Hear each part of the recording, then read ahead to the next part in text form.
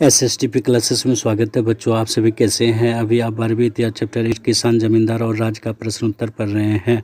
आज मैंने बहुत ही महत्वपूर्ण प्रश्न लिया है। मुगल भारत में जमींदारों की भूमिका की जांच कीजिए अथवा मुगल काल में जमींदारों की स्थिति का वर्णन कीजिए।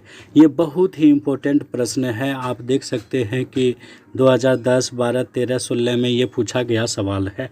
मुगल काल 1526 से लेकर 1707 तक माना जाता है। हालांकि 1707 के बाद भी मुगल काल रहे, लेकिन ये निष्क्रिय रहे। जमींदार दो शब्दों से मिलकर बना है, जमीन और दार। जमीन का मतलब हो गया जमीन, भूमि, धरती, और दार का मतलब हो गया धारण करने वाला, अर्थात जिसे बहुत बड़ी ज़मीन होती थी वो ज़मींदार कहलाते थे। चलिए बच्चों, डिटेल से उत्तर देखते हैं। डिटेल से उत्तर देखने के पहले आप हमारा चैनल जरूर लाइक, सब्सक्राइब, कमेंट करें। अच्छा लगे तो दोस्तों के बीच शेयर करना ना भूलें। चूँकि ये लघु निबंध में उत्तर लिखना है 250 से 300 शब्दों में लिखना है, इसलिए जितना पॉइंट लिखिएगा और छोटी छोटी बातें लिखिएगा उतने ही नंबर अच्छे मिलेंगे। मुगल काल में जमींदारों की भूमिका या स्थिति इस प्रकार है। पहला पॉइंट है जमीन का मालिक। जमींदार का अर्थ ही होता है जमीन का मालिक। कृषि उत्पादन में ये सीधे हिस्सेदारी नहीं करते थे। जमींदारों को विस्तृत व्यक्तिगत जमीन होता था। इन्हें मिल्कियत कहते थे, यानी संपत्ति। मिल्कियत जमीन पर जमींदार के निजी इस्तेमाल के लिए खेती होती थी। अक्सर इन जमींदारों पर दिहाड़ी के मजदूर या पराधीन मजदूर काम करते थे।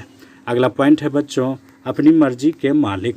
जमींदार अपनी मर्जी के खुद मालिक होते थे। वे ज़मीनों को बेच सकते थे, किसी और के नाम कर सकते थे या उन्हें गिरवी रख सकते थे। अगला पॉइंट है बच्चों, आर्थिक सुविधाएं। जमींदार जिन्हें ग्रामीण समाज में ऊंची हैसियत की वजह से कुछ खास सामाजिक और आर्थिक सुविधाएं भी मिली हुई थी। अगला पॉइंट है बच्चों, जमींदारों की ताकत। जमींदारों को बहुत ही ताकत असीम थी। आइन के मुताबिक मुगल भारत में जमींदारों की मिली जुली सैनिक शक्ति इस प्रकार थी। लगभग उस समय जो है 3,84,558 घुड़सवार थे, 4,07,057 पैदल सैनिक थे और 1863 हाथी सैनिक थे, 4260 तोप थे, तो 4500 नाव थे। आप सोच सकते हैं कि जमींदारों को कितनी ताकत थी। बहुत बड़ी संख्या में उसे सेना मिली हुई थी। सैनिक संसाधन उनकी ताकत का एक जरिया था। ज़्यादातर जमींदारों के पास किले भी थे। अगला पॉइंट है बच्चों, कर वसूलना। अपनी ताकत के द्वारा वे अपने क्षेत्र के कर वसूलते थे। इनके बदले उन्हें वित्तीय मुआवजा मिलता था। अगला पॉइंट है ऊंचे स्थानों पर स्थान। इस तरह अगर हम मुगलकालीन गांवों में सामाजिक संबंधों की कल्पना एक पिरामिड के रूप में करें तो जमींदार इसके सबसे ऊंचे स्थान पर स्थित थे।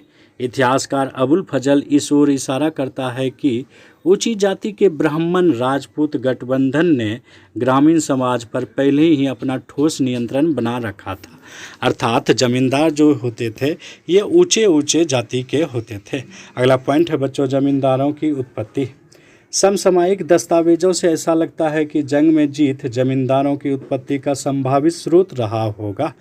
अक्सर जमींदारी फैलाने का एक तरीका था कि ताकतवर सैनिक सरदारों द्वारा कमज़ोर लोगों को बेदखल करना, मगर इसकी संभावना कम ही है कि किसी जमींदार को इतने आक्रामक रुख की इजाज़त राज्य देता हो, जब तक कि एक राज्यादेश के जरिए इसकी पुष्टि पहले ही नहीं कर दी गई हो।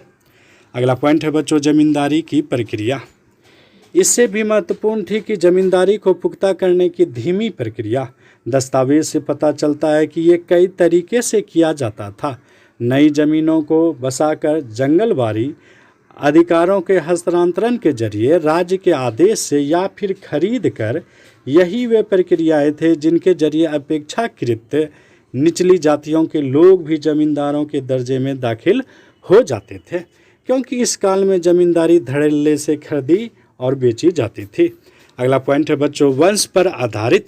कई कारणों ने मिलकर परिवार या वंश पर आधारित जमींदारी प्रथा थी। मसलन राजपूत और जाटों ने ऐसी रणनीति अपनाकर उत्तर भारत में जमीन की बड़ी बड़ी पट्टियों पर अपना नियंत्रण पुख्ता किया।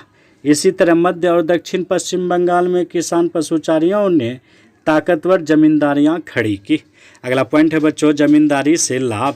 जमींदारों ने खेती लायक जमीनों को बसाने में अगुवाई की और खेतिहरों को खेती के साजो सामान व उधार देकर उन्हें बसाने में भी मदद की। जमींदारी की खरीद फरोख्त से गांवों के मौद्रीकरण की प्रक्रिया में तेजी आई। जमींदार अक्सर बाजार या हाट जिसे कहते हैं स्थापित करते थे, जहां किसान भी अपने फसल बेचने आते थे। अगला पॉइंट है बच्चों, शोषक और सहायक। यद्यपि इसमें कोई शक नहीं है कि जमींदार शोषण करने वाला तबका था, लेकिन किसानों से उनके रिश्ते पारस्परिकता, पैतृकवाद और संरक्षण का पुट था। दो पहलू इस बात की पुष्टि करते हैं। एक तो ये कि भक्त संतों ने जहां बड़ी बेबाकी से जातिगत और दूसरे किस्मों के अत्याचारों की निंदा की, वहीं उन्होंने जमींदारों को किसानों के शोषक या उन पर अत्याचार करने वाले के रूप में नहीं दिखाया। आमतौर पर राज्य का राजस्व अधिकारी ही उनके गुस्से का निशाना बना। दूसरे 17वीं सदी में भारी संख्या में कृषि विद्रोह हुए और उनमें राज्य के खिलाफ जमींदारों को अक्सर किसानों का समर्थन मिला। अगला पॉइंट है बच्चों, जमींदारों का जीवन। जमींदार दो प्रकार के होते थे, छोटे जमींदार और बड़े जमींदार। छोटे जमींदार साधारण किसान जैसा ही जीवन व्यतीत करते थे, लेकिन बड़े जमींदार तो राजाओं तथा सरदारों के समान ठाट बाट से रहते थे। वह शानदार हवेलियों के किलों में रहते थे।